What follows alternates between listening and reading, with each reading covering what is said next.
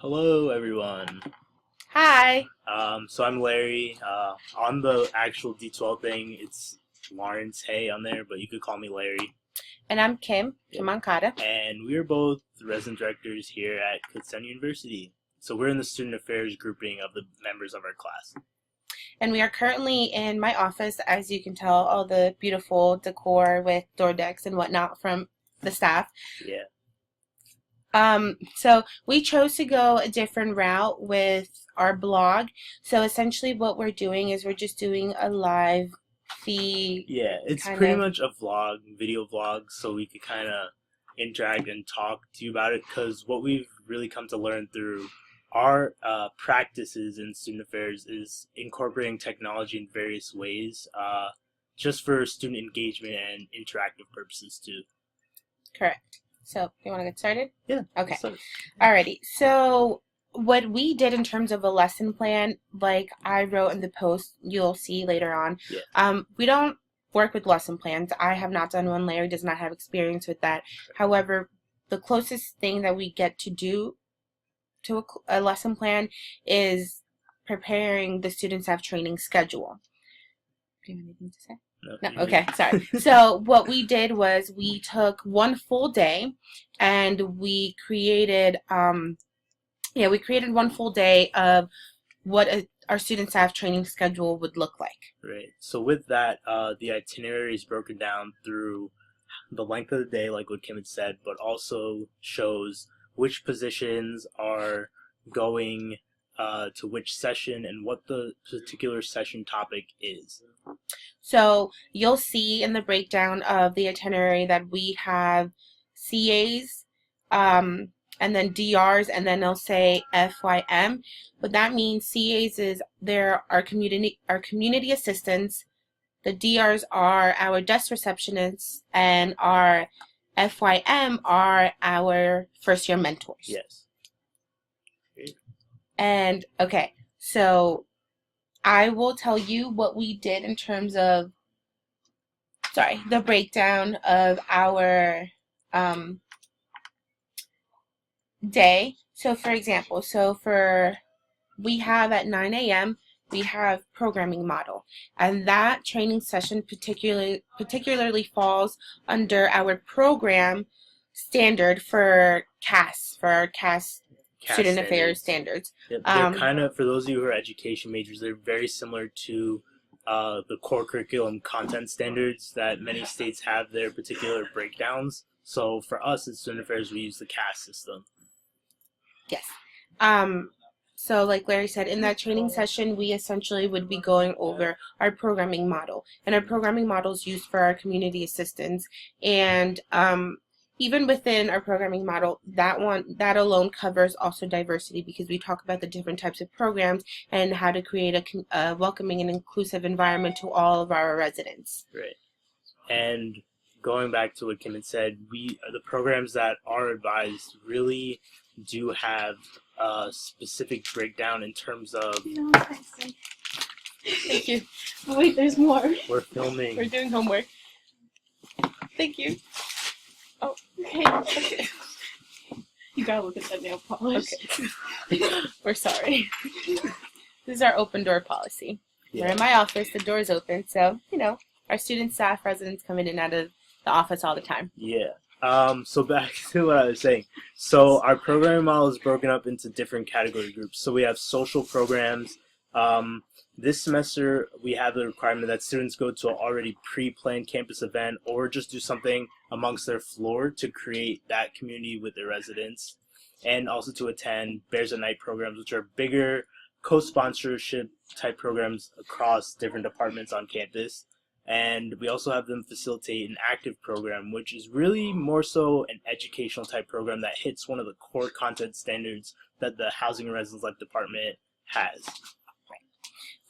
Moving on to our next CAS standard, we have the law, policy, and governance. With that one, in our training session, we broke it down to policies and procedures.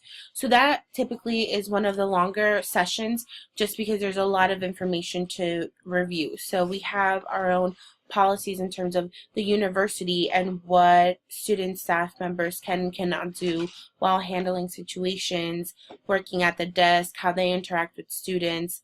What else? Anything specific? Really, the policies and procedures are just there as guidelines and give the student staff something to look at in case a situation were to arise. They have a fallback to go to. Every single front desk on campus does have a manual that has all the rules, policies, guidelines, and procedures for them to use as a reference for themselves to make sure that they're staying on top of their job responsibilities and other things. However, in student affairs, just like most other fields, there are some things that aren't in training manuals. So through those interactions and day-to-day operations, those are just things that we kind of ultimately will add in and bring into training for future.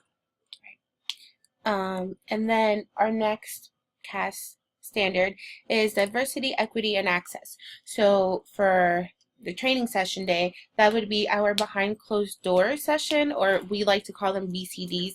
And this one's a fun one because it gets the staff to fully interact. So what BCDs are is it's a whole bunch of different scenarios.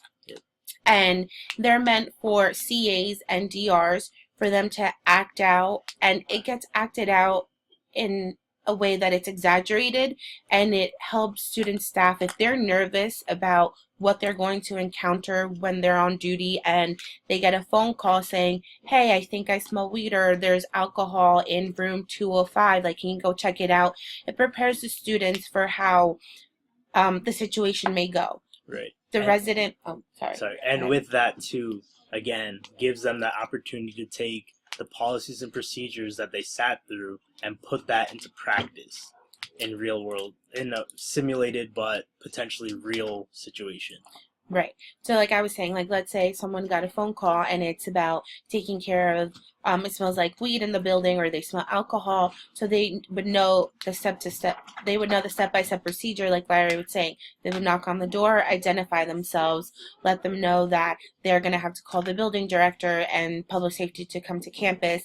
And then after that, it's pretty much on our hands. But we also do we cover diversity, and we cover, we make sure that we do a full 360 with BCDs. Like we know that we cover mental health as well. We cover various scenarios. Yep. Sorry, blanking. Mental health, Diversity. higher intensity ones like sexual assault, mental illness, smaller things like, well, not necessarily small because that's perspective, but roommate issues, upset parent, hygiene issues, harassment, sexual assaults, all of that gets covered in BCDs, and our staff fully gets a grasp of what to do, when to do it, and how to follow up. Yeah.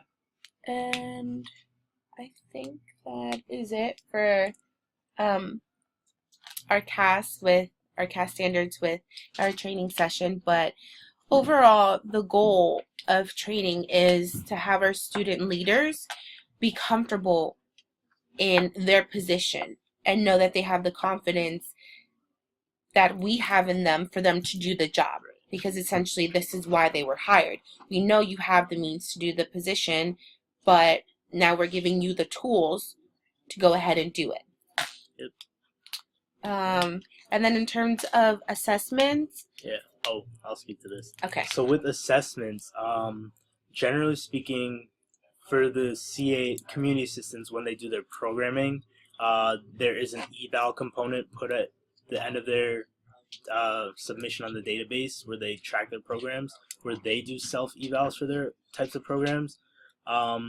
This past year, when we do presentations, we've had to develop different types of learning outcomes and objectives for our student staff afterwards, to hear about what they liked, what they would have changed, and just so we have their general feedback, so we could ultimately enhance the training that we are providing the students.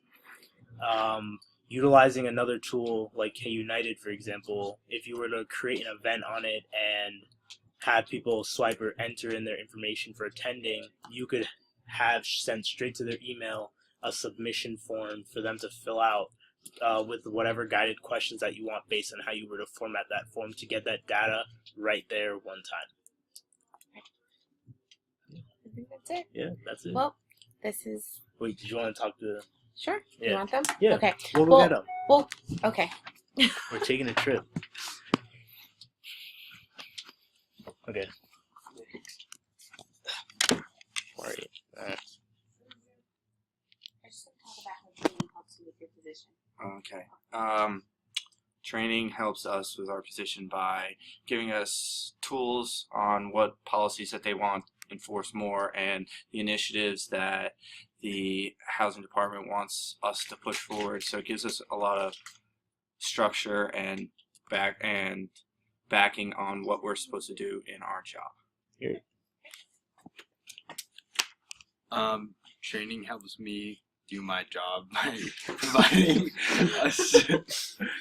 a structured approach to how things are done and how things are expected to be done, and by providing a standardization of what is expected here at the workplace. Good. On your toes.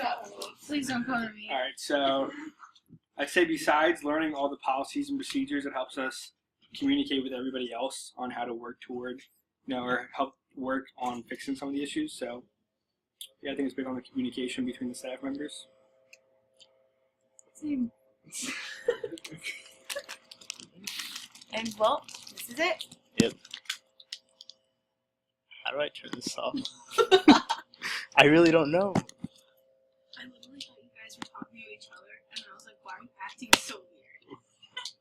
I had no idea what was going on. It's okay. Well, I explained. I was like, sorry. That's part of our open door policy.